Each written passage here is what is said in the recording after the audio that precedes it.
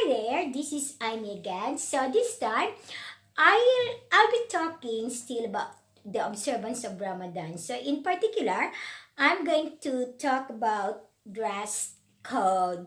Okay, because there is a question here which is posted to me. Let me read to you the question. Hello there, Miss Amy. Are we just Can we just wear anything during the month of Ramadan? Okay, can we just wear any clothes? So what she means was that can she just wear any clothes during the month of Ramadan? Okay, so in answer to these ones, let me tell you the thing is, actually, there is no really specific rule as to the dress code during Ramadan. However, there is a general rule for this one, which is under the article number 294, section A, which says that anyone who appears in public roads or places in a look which breaches the public sense or contrary to the tradition and customs of the society, so that is contrary to the traditions and customs of the Omani people, and so there is an applicable punishment of either imprisonment. Okay, take note of this one, of either imprisonment of not less than 1 month and not exceeding 3 months, or a fine of 100 riyals, or or or another fine of 300 riyals, not exceeding 300 riyals.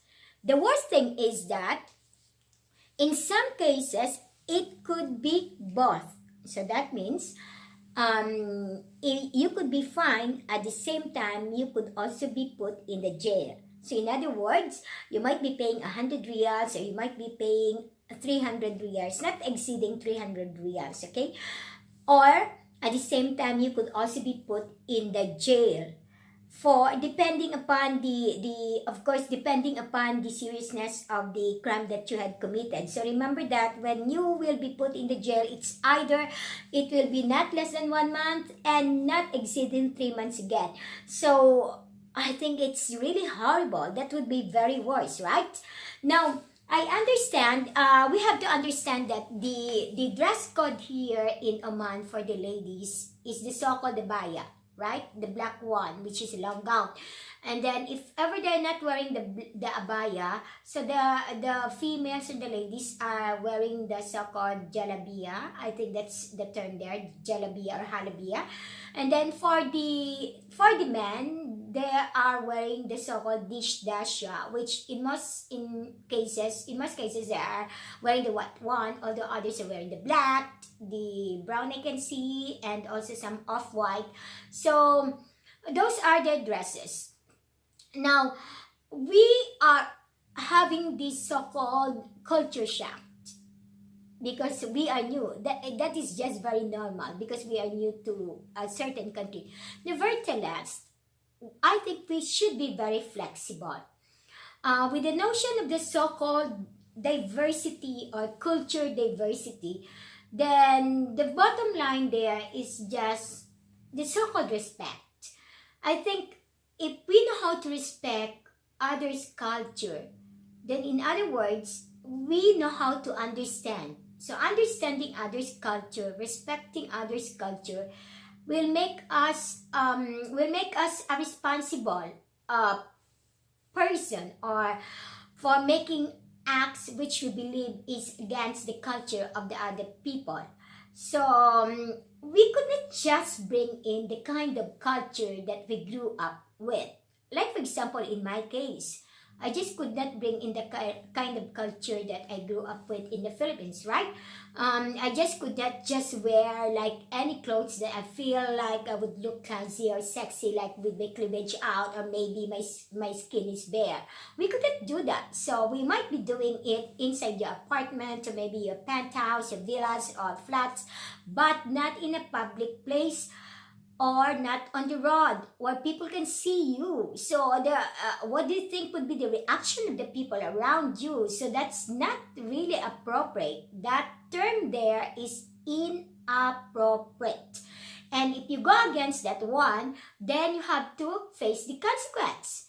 And the consequence, again, just to recapitulate with you the consequence, which is under article number 294 of section A again, it was really very clear that you are going to pay not less than 100 riyals, or not more than that, which will not exceed to 300 riyals, and you are going to stay also. It might also be the other way around, that you are going to serve in the jail for not more than for not less than 1 month and not exceeding 3 months, or it could be both. So that sounds very that sounds nightmare on a part, right? So if we don't want to happen that to us, if we don't want to be in trouble, then we should obey. We should not be doing something, because we should not be disobeying what the law says, because that is very important. So I hope I am able to clarify the question that was asked to me regarding this one. So we have to be very careful on everything that we're going to do. However, wherever we are, then we should be in this case, actually. So even if we are staying in our country, even if we're traveling abroad or we're working abroad, remember always this one, that ignorance of the law excuses no one. So this is again, I hope I was able to give you per se information about this one.